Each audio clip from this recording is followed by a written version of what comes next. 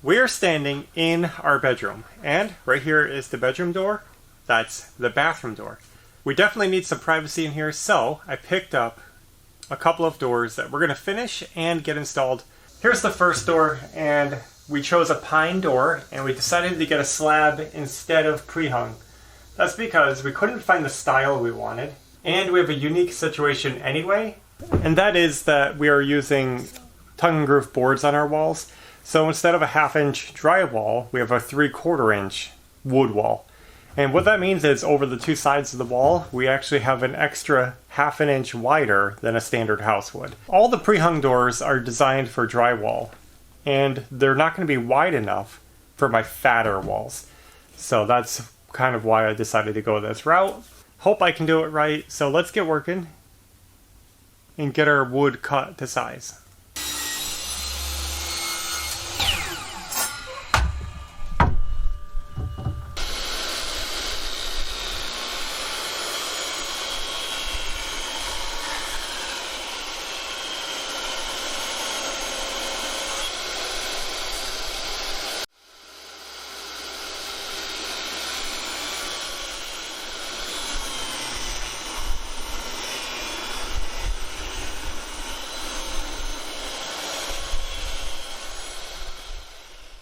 Alright, I have my jambs for my two doors cut to length, cut to width. Now I'm going to go ahead and pre-drill some holes so I can screw the top piece in. Basically the frame is going to just be a partial box, door frame.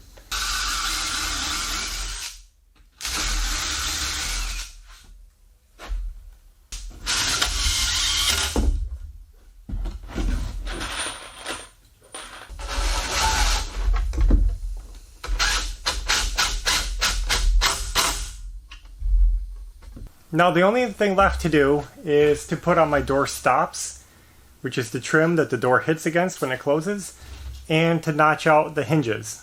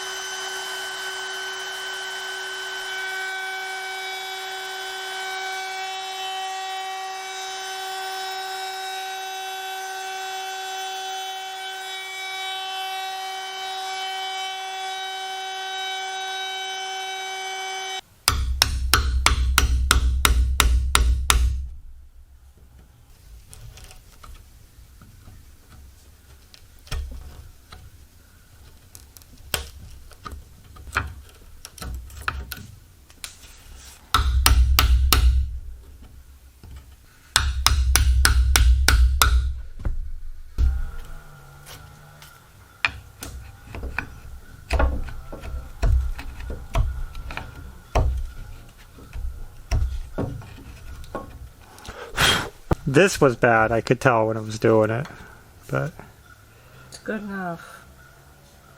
Alright, we're working on the jambs still. We did the hinge notches, now we're doing the latch. Where is it? This thing. So I put a hole in here with my Forstner bit. Now we're just going to be routing it down so the plate can sit flush. Boy, this has been a tedious job. Get rid of all this hair.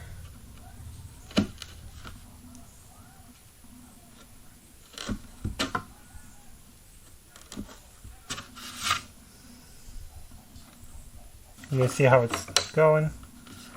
Looks like it's gonna fit. And I'm just gonna make some space for these little bumps.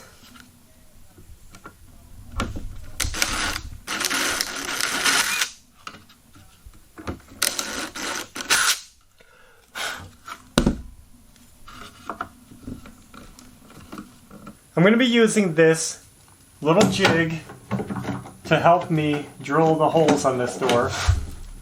I'm pretty nervous about making holes in our doors, but we just tried it out on the other one and it worked pretty good. So, hopefully this works good too. These inserts are plastic and they're kind of loose fitting, so that doesn't hold the drill bit very well. And it shaves off plastic while I'm drilling. I don't know, not super impressed, but if it gets the job done, that's what matters.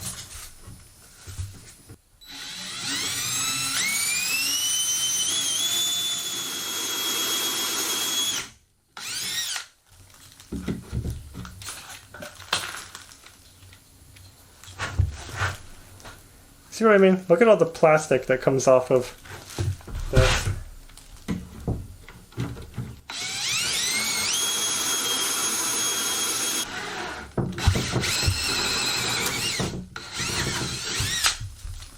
Well, that went through quick.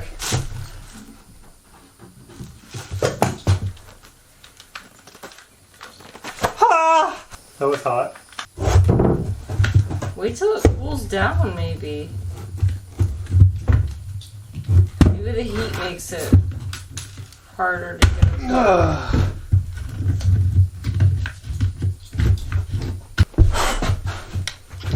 Now I'm going to put a smaller bit on, and in the end, and again, you see how much play this has? I could totally destroy this door by not holding this straight. Yeah. These guides, they barely guide you.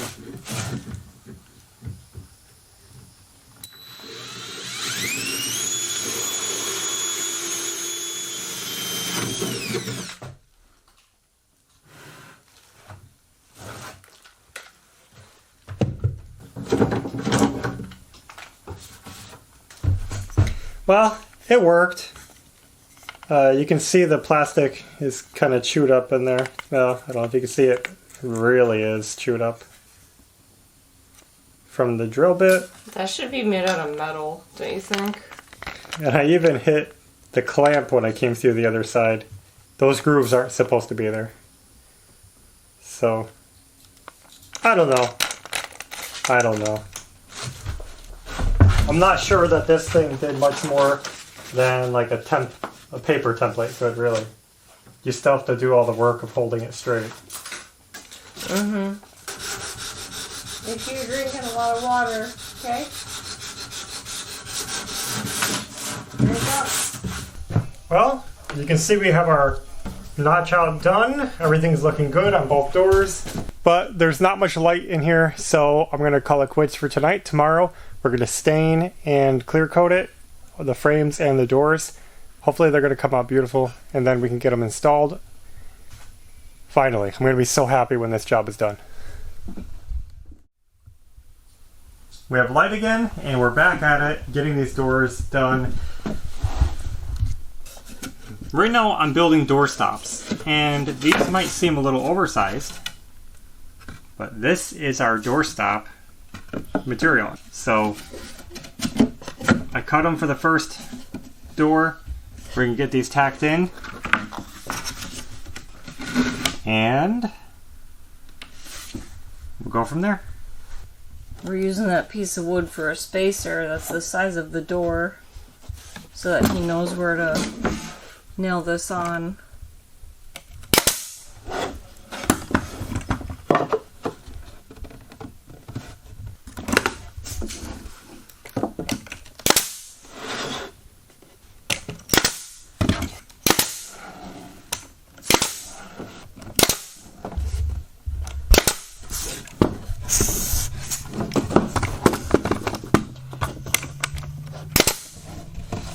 The door frames are complete. We have them mostly dusted off. Gonna get ready to stain them now. And I like them. Now this might be an unusual detail to use a door casing as a door stop, basically is what we're doing. Well, usually you see little tiny door stops.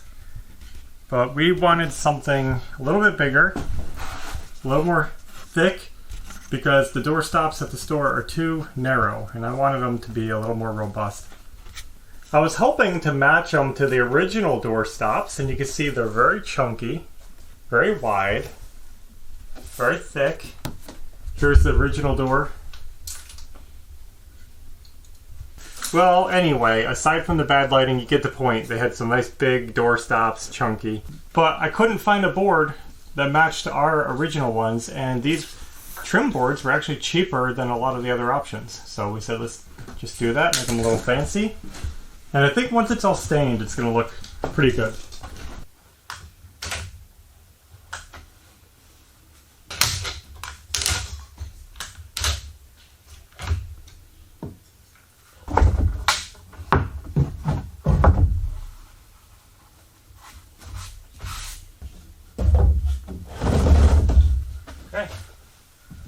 By now you guys may have noticed that one of these doors is glass.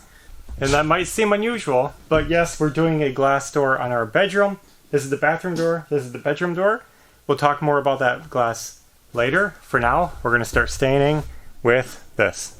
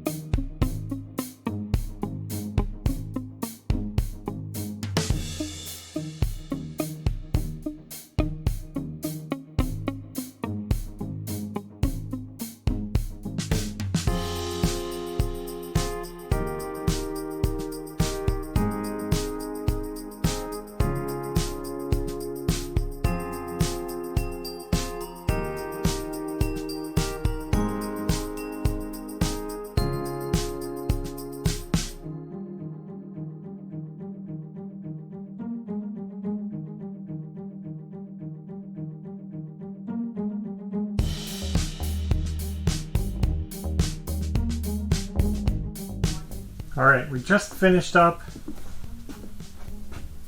staining the door jambs. They came out good,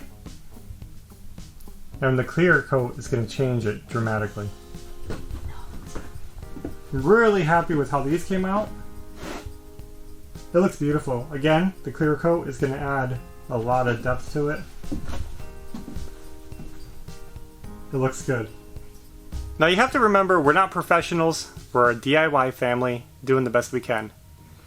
And finishing work is not my specialty. So it might not look perfect, but it looks really good to me. And some people might think or wonder why I didn't use a wood conditioner, because we're always told before you stain pine, use a wood conditioner so that you don't have the unevenness and blotchiness that you see. I don't like it. I tried a wood conditioner before, and honestly, I think it just looked worse with it than without it, so I leave it out. I like the depth of the stain. I like getting it deep and dark into the wood.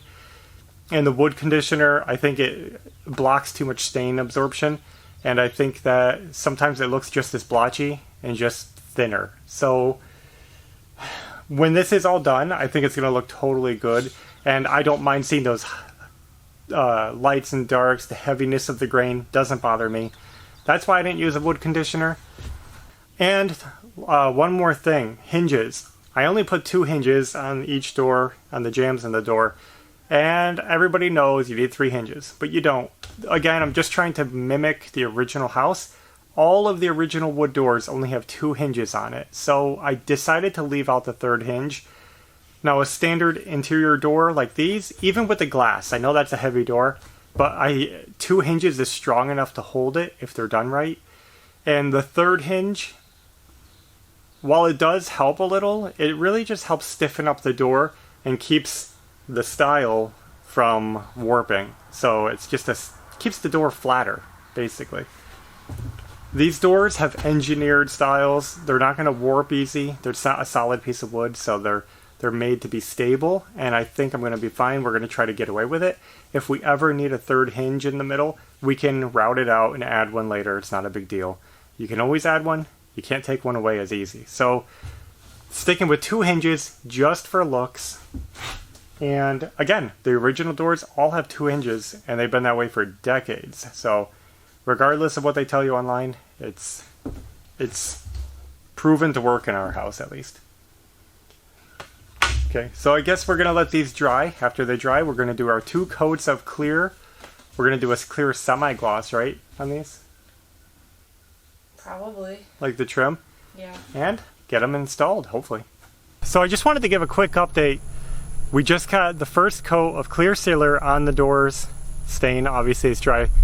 Boy, that was stressful. I'll tell you what, I can't wait till these doors are done. I know I've said it before. I hate this project. Some people ask us, like, what's the most hard job you've done, or what's your most least favorite renovation job? And this kind of stuff is by far the stuff I hate the most. I can tear stuff down, I can frame, I can wire, I can plumb.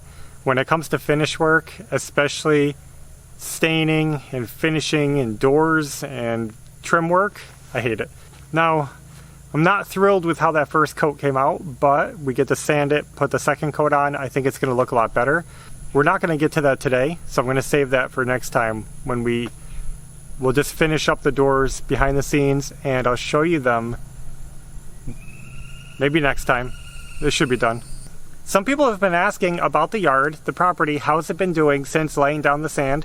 And I'll tell you what, it's doing great. We haven't had any major flooding, but we haven't had any major storming this year. It's been pretty mild compared to last year, but it's working. Every major rain has washed down where it belongs. We keep a nice clean water line at the pond, and I don't know if you can see it on the camera, but we're actually growing grass. Without planting anything, we're growing grass. Let me show you up close. See this?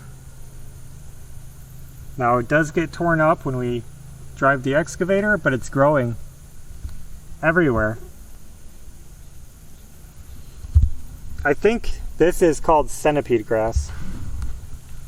Some people told us to plant this, and it grows in these long, it crawls along the ground sprouting up.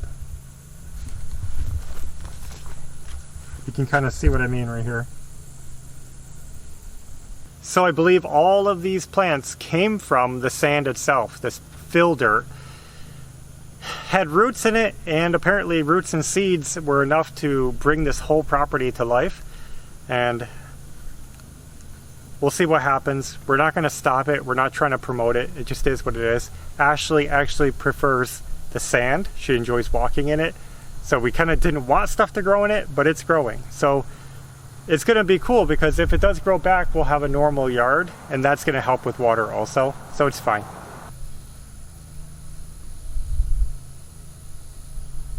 I'm thinking about ending this video